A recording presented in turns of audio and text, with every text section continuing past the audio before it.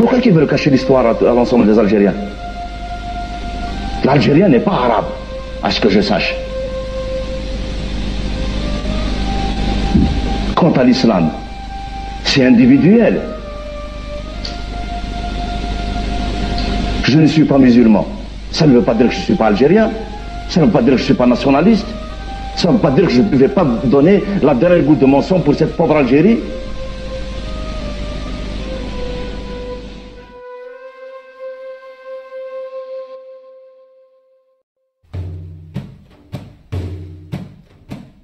If there is one thing that a people must not allow to be distorted, tarnished, or stolen, it is its history. Amar.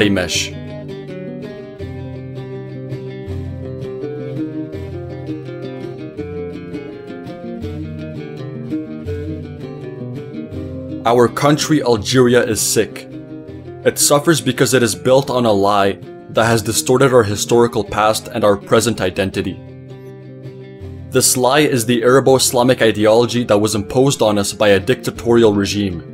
A regime that hijacked our independence following the War of Liberation. The Algerian people, after more than a century of French colonial oppression, rose to claim their freedom in the name of an independent, democratic, secular, and plural Algeria.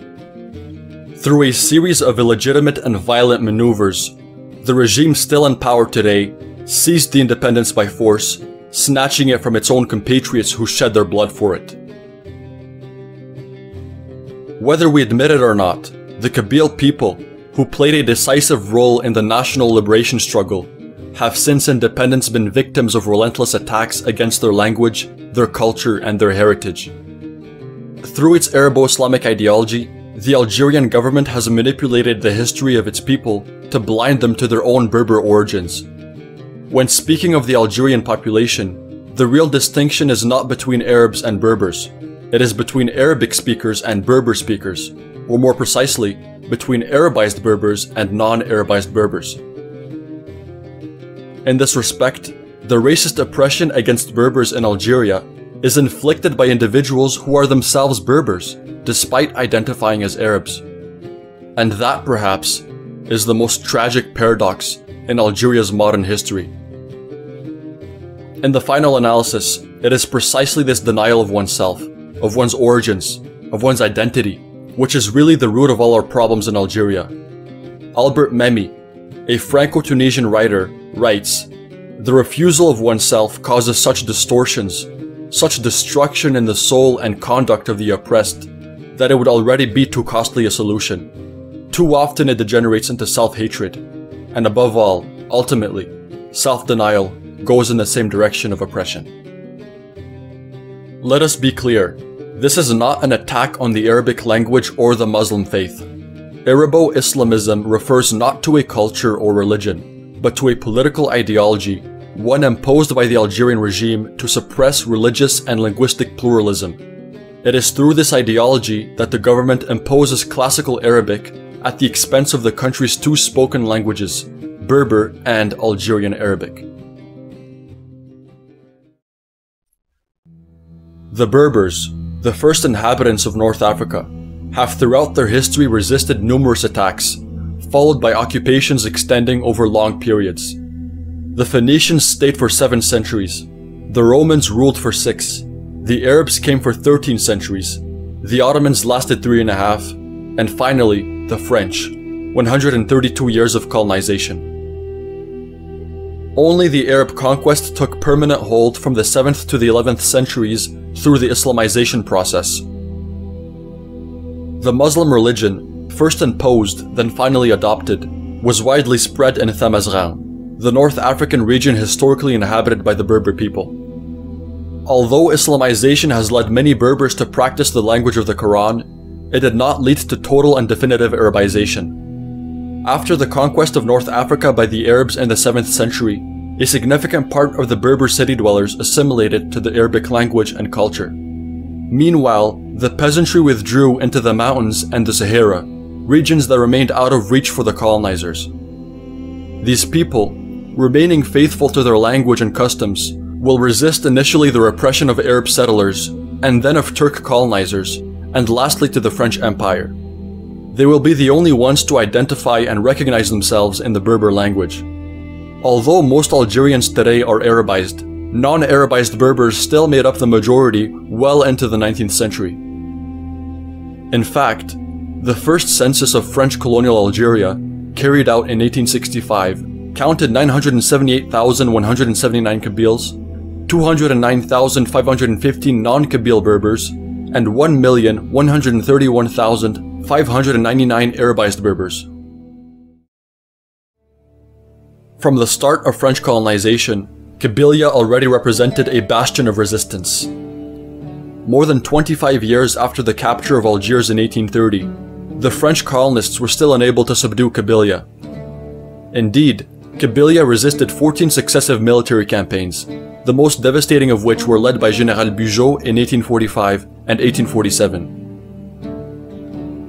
It wasn't until 1857 that Kabylia ended up succumbing to the numerically and technically superior forces of Marshal Rondon.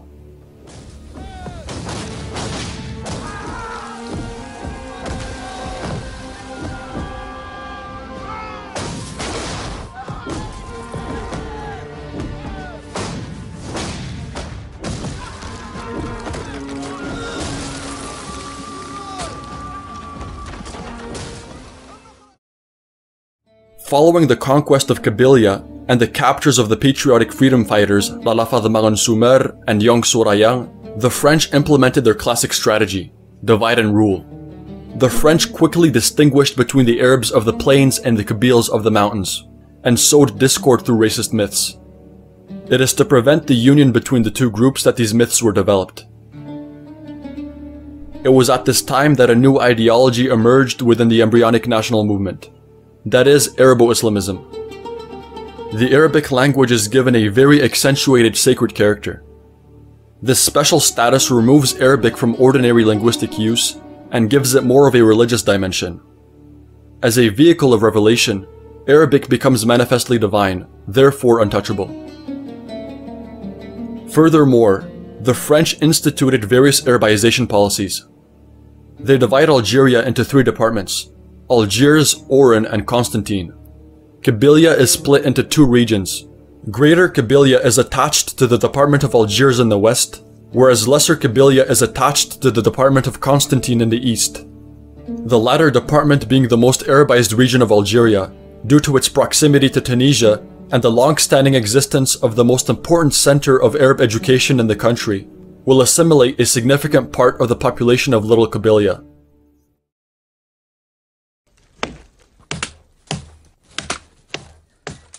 This Arabization was accelerated by the Indigenous Code, which was adopted by the French colonizers on June 28, 1881, and which remained in force until 1938.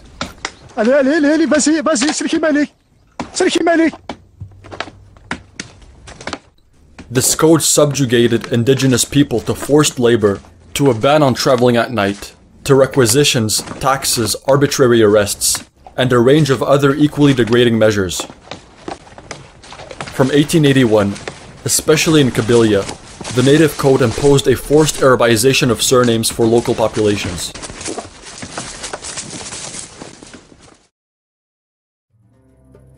Following the devastating colonial conquest of 1857, Kabylia found itself in disastrous economic conditions.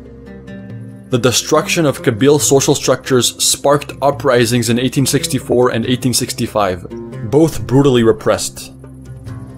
The years of famine which followed these repressions pushed the Kabyle people to organize themselves and prepare the first national war of liberation against French colonialism. On April 7, 1871, the 2 main Kabyle leaders, Sheikh al-Muqraniyan and Sheikh al-Haddad, leader of the powerful Kabyle Rahmaniyan Brotherhood, raised the whole of Kabylia, Greater and Lesser. This widespread uprising in Kabylia epitomizes the fundamental and historical characteristics of the Berbers. Their fierce desire for freedom and independence, their attachment to their traditions, and their determination to restore by force what was taken by force.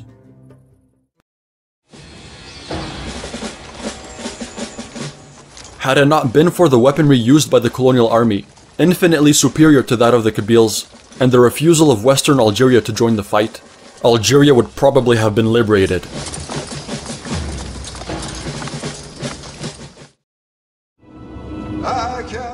The repression of the Kabyle revolt of 1871 was terrible, and by many considered disproportionate.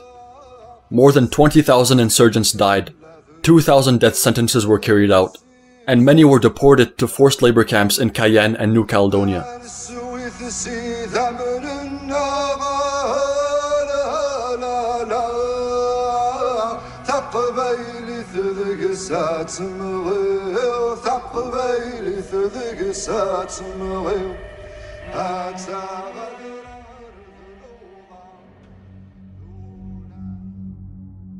This ruthless repression also extended to the economic domain. The landowners were stripped of their land, which was distributed to the French. In 1871, Kabylia was fined 36 million gold francs, and 2,639,000 hectares of Kabyle land were confiscated and distributed to new French settlers. The Kabyle political, military, economic, and religious elite was decimated. It will take multiple generations to re-emerge.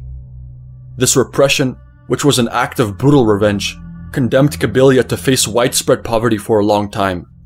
Thanks to poets, the most famous of whom is Simou Humhend, the terrible repression will remain anchored in collective memory, transmitted from generation to generation.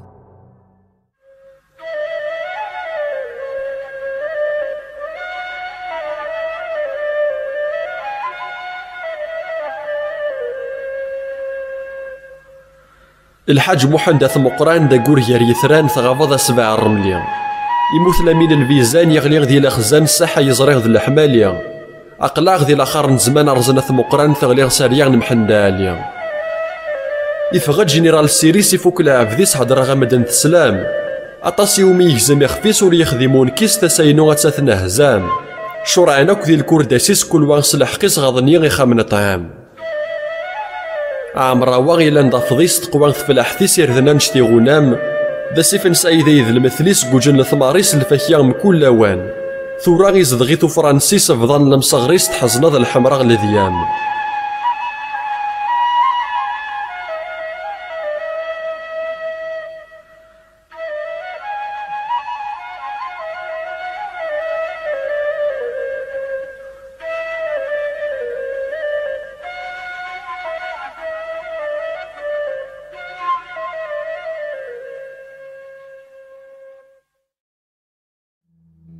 This repression triggered a wave of mass Kabyle emigration, both in the Arab regions of Algeria and in France.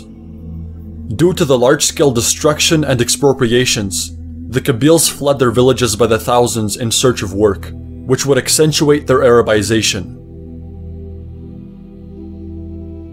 Following the failures of 1857, 1864, 1865, and 1871, the Kabyles understood that they could not liberate Algeria alone. They recognized the absolute necessity of Kabyle-Arab unity in the face of colonialism. From that point on, the Kabyles will fight and will define themselves generally as Algerians, without any other explicitly linguistic, cultural, or ethnic reference, unlike their Arabic-speaking compatriots who mostly identify with the Arab Muslim peoples of the Middle East.